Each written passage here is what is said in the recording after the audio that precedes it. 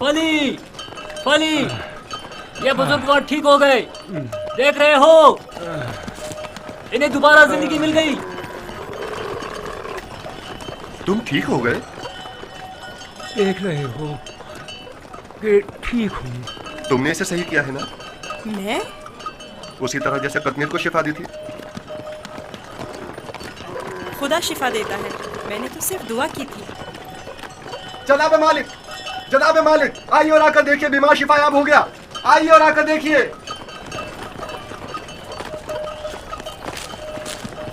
तुम बीमार के साथ रहने पर इस कदर बजिद क्यों थे? मैं भी आपकी तरह रहनुमा हूँ, जो कारवां के तमाम अफराद को सही और सलामत मंजिल मकसूद पर पहुँचाए।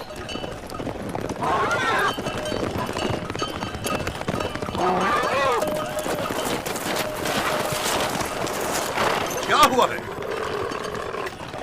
तुम ठीक हो गए? यूसुफ ने कहा तख्त से नीचे उतर आइए और पैदल चलिए, और मैंने भी वैसा ही किया। अब मैं ठीक हूँ।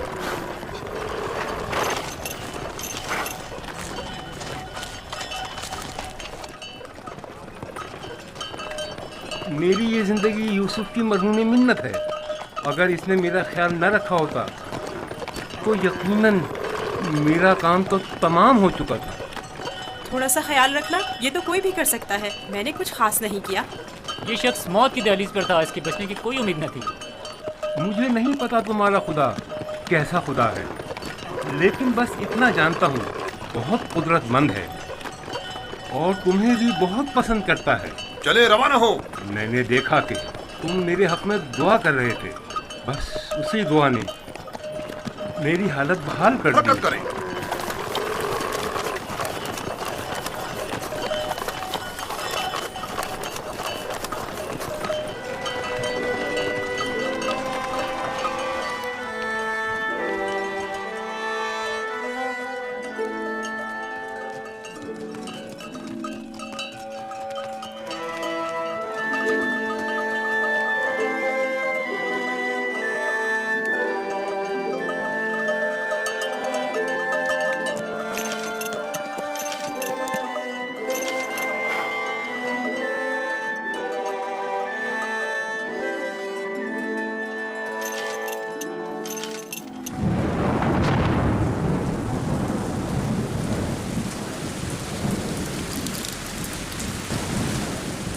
ये बारिश यूसुफ के वजूद बाबरकत की वजह से बरसी है।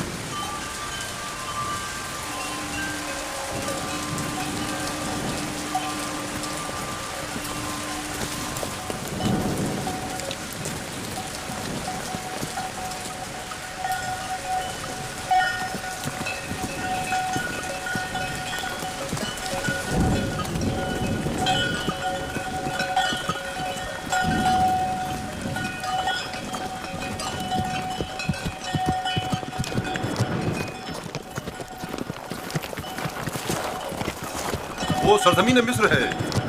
आधे दिन से ज्यादा का रास्ता नहीं, बहुत जल्द सरहदी पहरेदारों तक पहुंच जाएंगे।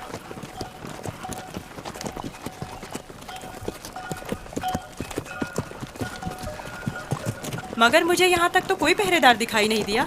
शाम, कनानो, हिजाज और दीगर इलाकों में तवाइफुल मुल्क की राइज है और कोई भी मुशक्कस हुदूद या सरहदें नहीं रखते हैं। लेकिन सरजमीन मिस्र एक मुतमद्दिन खित्ता है। यहाँ तरक्की याफ्ता जदीद नज़्म व ज़ब्त के तहत कवानीन की पासदारी, हुकूमत की तैनात करदा सिपाह नजर आएगी। फिराना मिस्र का शुमार दुनिया के ताकतवर तरीन हाकिमों में होता है। खुदाया, इस दयारे गैर में मैं खुद को तेरी पनाह में देता हूँ और तुझ ही से मदद तलब करता हूँ।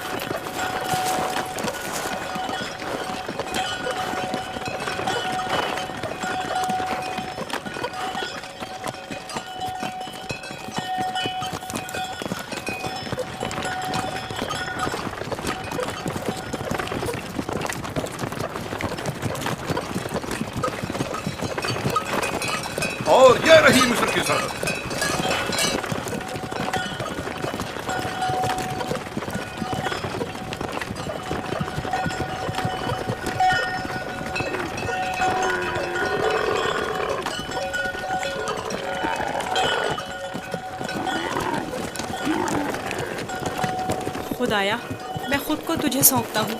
इस अजीब व गरीब सरजमीन पर मेरा तेरे सिवा कोई नहीं है।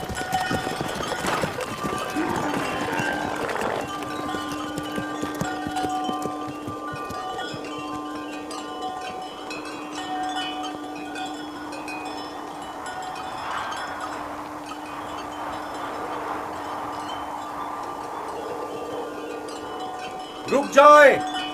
आप लोग कौन हैं और कहां से आ रहे हैं? बाबल से मालिक इंतजार हूँ।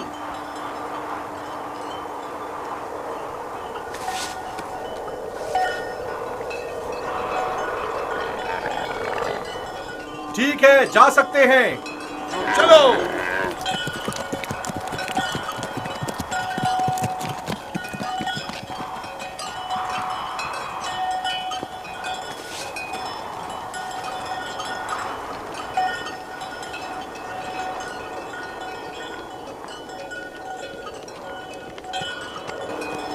क्या ये लोग आपको जानते हैं? हाँ, बिल्कुल जानते हैं। हमने सालों तिजारत के गर्ज से मिस्र का सफ़र किया है। मिस्र काफ़ी कदीम और मुतमद्दन सरजमीन है। शाम और कनान में बहुत ज़्यादा फ़र्क है। अजीब से कपड़े पहने हुए थे। हाँ, ये सरबंद पहनकर उनके चेहरे खुदा सांप की तरह नजर आते हैं। ये खित्ता सरजमीन सांप के नाम से मारूफ है।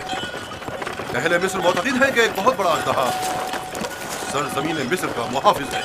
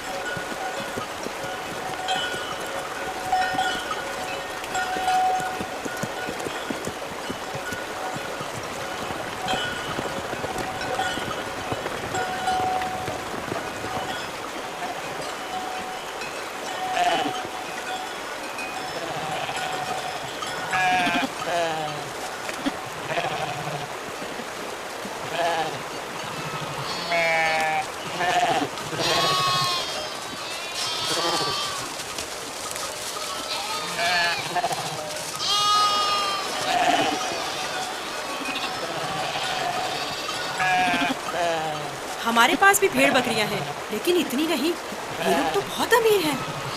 ये तमाम किसान और सरसब्ज़ लहलहाते थे, या तो कुल्ला ने उनके खुदा आमून और उसके माबूद की मिल्कियत है, या फिर मुतलकन फरमारवाए मिस्र आमून होता की। तमाम अहले मिस्र इन्हीं के लिए काम करते हैं। इनका अपना ज़ाती कुछ नहीं। यानी मिस्र के खुदा गाय और भेड़ें भी रखते हैं? हाँ, इनके नज़दीक ये तमाम चीज़ें खुदा के लिए हैं। खुदा ने तमाम चीज़ों को खल्क किया है, लेकिन अपने लिए नहीं।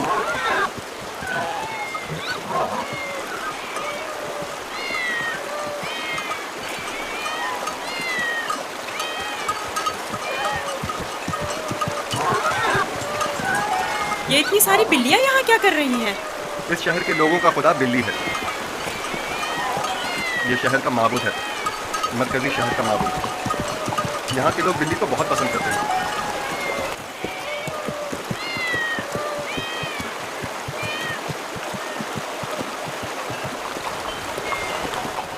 मुझे ऐसे क्यों देख रहे हो? मैं तो बिल्ली परस्त नहीं हूँ। अब सबके खुदा तो तुम्हारे खुदा की तरह बेऐब और बेनज़ीर नहीं होते ना। जनाबे मालिक, इस शहर के लोगों का खुदा बिल्ली है जो खाना भी खाती है। ज्यादा ताज्जुब करने की जरूरत नहीं। इस सरजमीन के खुदाबंद तो मर्तबे, भेड़, बकरियां, हत्ता के ज़नो फर्जंद भी रखते हैं।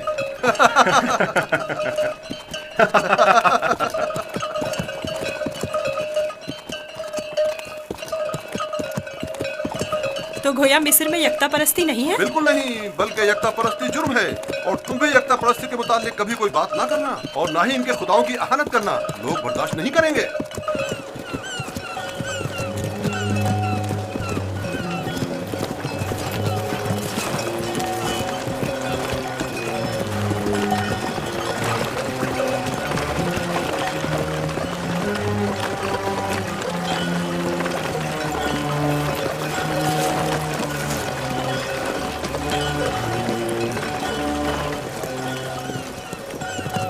कितना बड़ा दरिया है। यही नील है? ये तो नील का बच्चा है, यानी नील की एक शाख। नील से कहीं बड़ी पुरशुकून मुकद्दस है।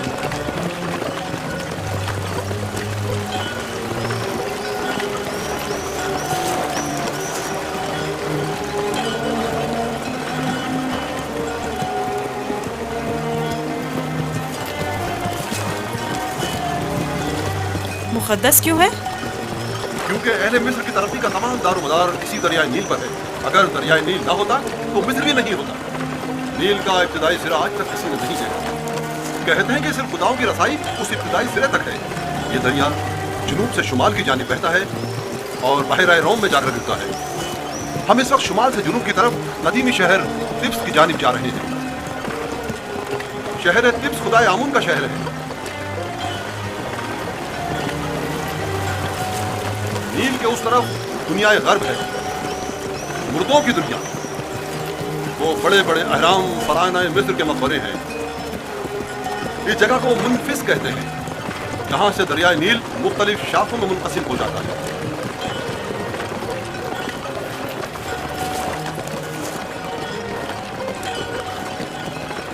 अगर यूसुफ को किसी सरवतमंद के हाथों फरोख्त किया जाए तो न सिर्फ यूसुफ को नेमत और खुदासाई जिंदगी मिलेगी, बल्कि बेशुमार मालूमता हमारे भी हाथ आएगा। काश ऐसा मुमकिन होता कि यूसुफ को ना बेचें। ना बेचे तो क्या करें?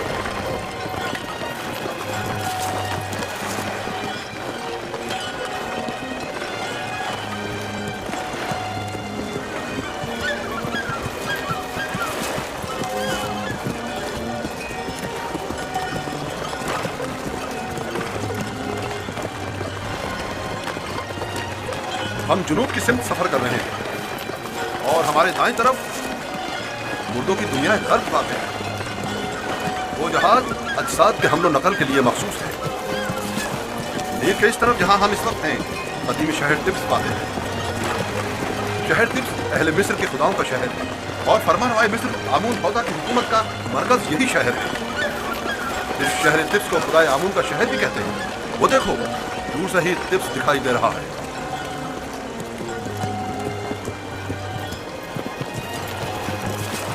ये रहा तिब्स शहर, 100 दरवाजों वाला शहर।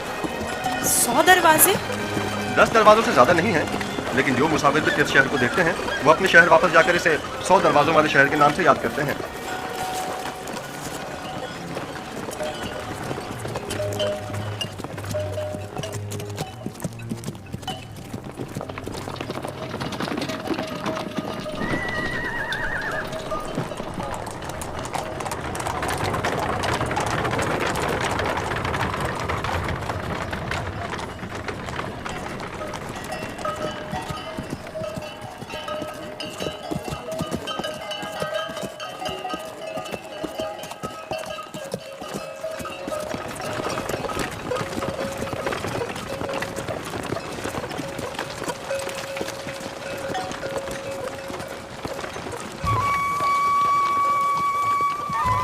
बाबल से मालिक नेजार हूं।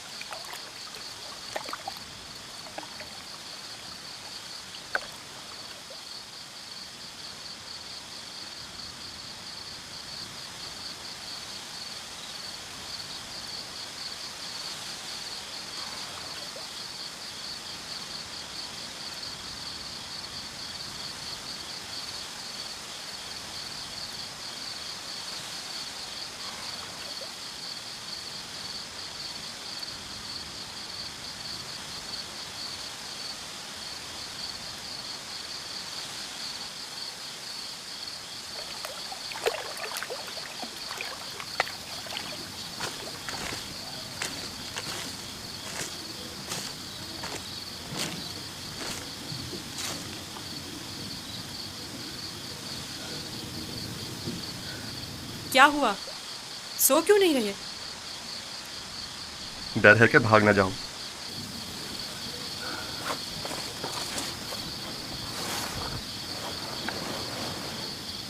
तुम कौन हो? आखिर तुम क्या हो? इस सवाल का जवाब मैं पहले दे चुका हूँ। यूसुफ, तुम्हारे खुदा के मुकाबले में मेरे खुदा मजबूर और लाचार हैं। तुम मुझे अपने खुदा के बारे में कुछ बताओगे?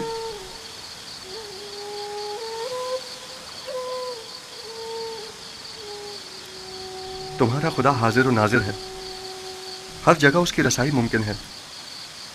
मैंने देखा है कि तुम आसानी से उसके साथ राब्ता बरकरार कर लेते हो। वो भी तुम्हारी आवाज को सुनता है और तुम्हारी दुआ कबूल करता है। मुझे यकीन है कि तुम दीगर इंसानों से मुख्तलिफ हो।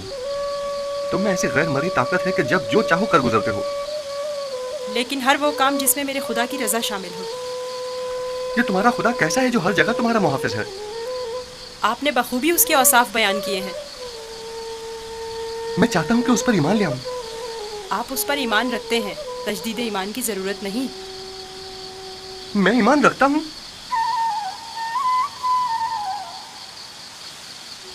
आपने मेरे खुदा को हाजिर और नाजिर जाना, उसे हर काम पर कादिर समझा। वो खुदा आपके ख्याल में हर पुकार और दुआ का सुनने वाला है। आपने अपने खुदाओं को ज़ईफ़ व नातवा कहा। यही ऐन ईमान है। यानी तो क्या मैं इस वक्त तुम्हारी तरह यकता परस्त हूँ? आप तो उसी वक्त यकता परस्त हो गए जब कतमीर के हाथ को शिफा मिली। मैं आपके किए गए सवालों से ही समझ गया था। आखिर तुम कौन हो? क्यों नहीं बताते? बज़ाहिर एक गुलाम लेकिन दरपर्दा, जैसे तुम हमारे आका व मालिक हो। तुम्हें खुदा यकता का वास्ता, बताओ। कसम ना दे कि मुझे बताने की इजाज़त नहीं है। सिर्फ इतना बता दूं कि ये तमाम वाक़यात खुदा के इरादे से वक़ूफ़ पज़ीर हुए हैं और वो यूसुफ को भी एक बड़े मुक़द्दस हदफ के तहत यहाँ मिस्र लाया है। कौन सा हदफ? कम से कम यही बता दो। नहीं जानता, आइंदा मालूम हो जाएगा। मैं मालिक को तुम्हें फरोख्त नहीं करने दूंगा। मैं उसे रोकूंगा। वो तमाम चीज़ों से बाखबर है। अगर वो मुझे गुलाम देखना पसंद करता है तो मैं भी राज़ी हूँ।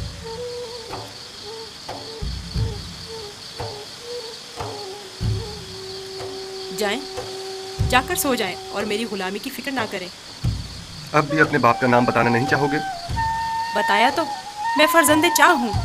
वही कुआं जिससे तुम्हें बाहर निकाला था। ठीक है, मत बताओ, कभी न कभी तो पता चल ही जाएगा।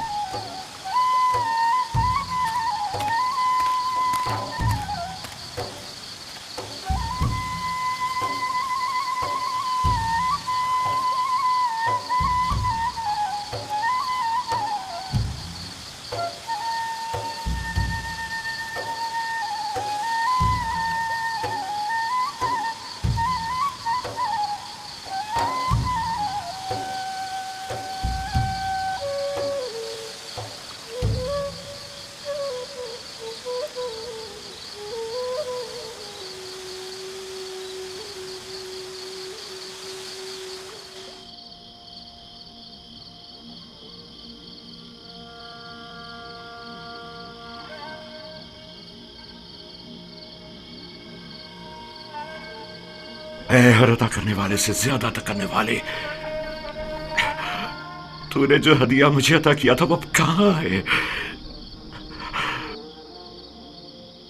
अजीम हस्तियां हदिया अता करके वापस नहीं लिया करती। तो मेरे यूसुफ को लौटा दे, मेरे यूसुफ को मुझे लौटा दे।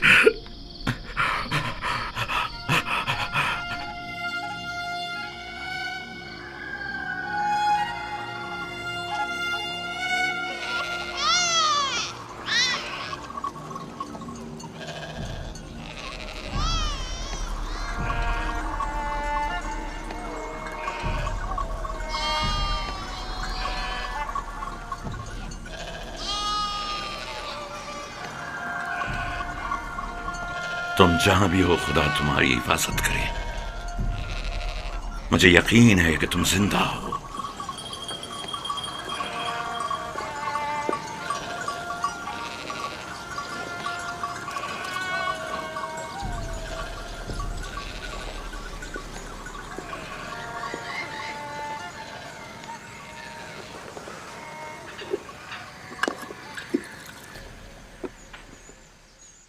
एक बार फिर अपने बेटों से पूछ लो कि यूसुफ के साथ उन्होंने क्या किया। शायद अब की बार अपनी गलती का इकरार कर लें और हकीकत बता दें। आपको इतना इत्मीनान कैसे है कि यूसुफ जिंदा है? 2 वजहों से। एक तो कुर्ता जो कि साबित सालिम है और भेड़िए ने उसे नहीं पाड़ा। दूसरा ये मेरा कल्बे सलीम जो मुझसे कभी झूठ नहीं बोलता। ठीक है, अगरचे कोई फायदा नहीं, लेकिन मैं फिर भी पूछ लूंगी।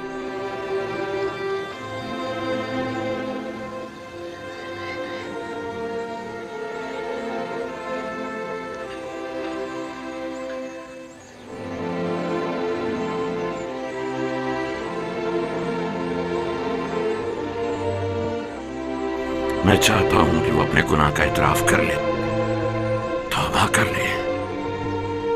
शायद खुदा उनके गुनाह बख्श दे। हमने अपनी आंखों से नहीं देखा, लेकिन यकीन है कि भेड़िया ने ही यूसुफ को खाया है। कितनी बार बताऊं? अगर 1000 बार भी बताओगे तब भी झूठ ही होगा। दिल तो चाहता है कि अभी तुम बच्चे होते और मैं तुम्हें ताजियानी मार मार के तुम्हारी खाल उधेड़ देती। अगर भेड़िया ने यूसुफ को खाया है तो उसका कुर्ता क्यों नहीं फटा? हमें भी नहीं पता, हमारी खुद समझ में नहीं आ रहा है कि हुआ क्या है। मैं तुम पर लानत भेजती हूँ। तुम लोग झूठ बोल रहे हो। यूसुफ को किसी भेड़िए ने नहीं खाया, बल्कि उसे भेड़िया सिफतों ने मारा है। भेड़िया सिफतों ने।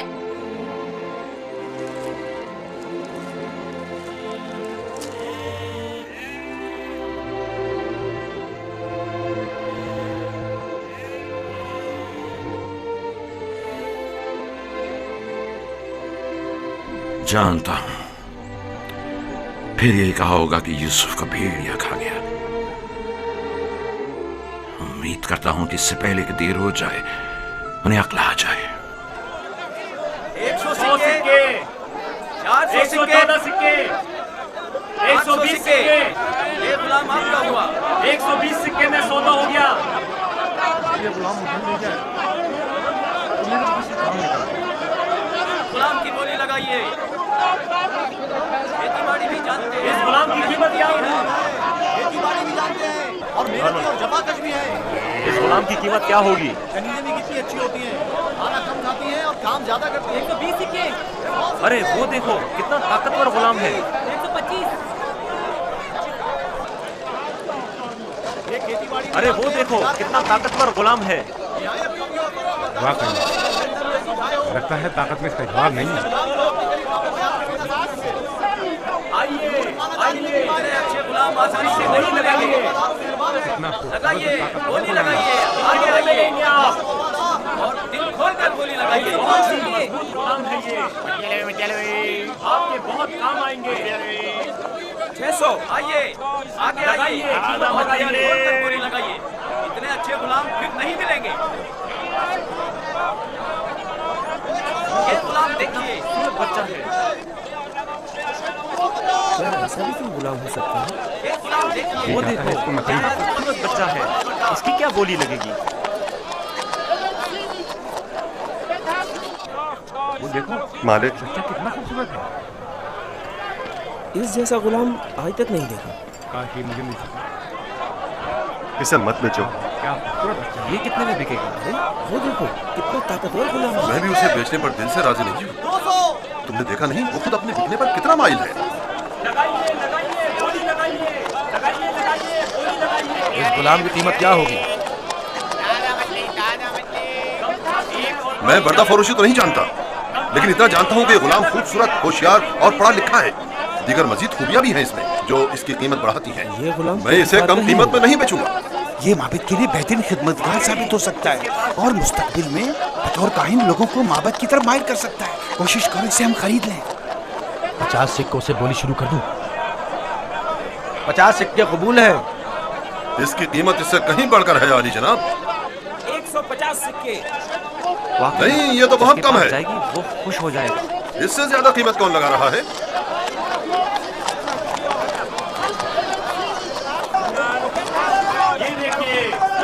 वो देखो जनाबे कोतवाल आ गए।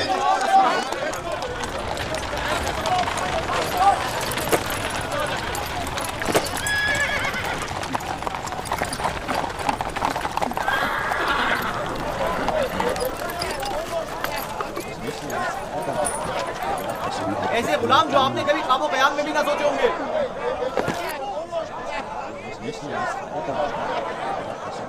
ये खेती बाड़ी भी जानते हैं और शिकार करना भी।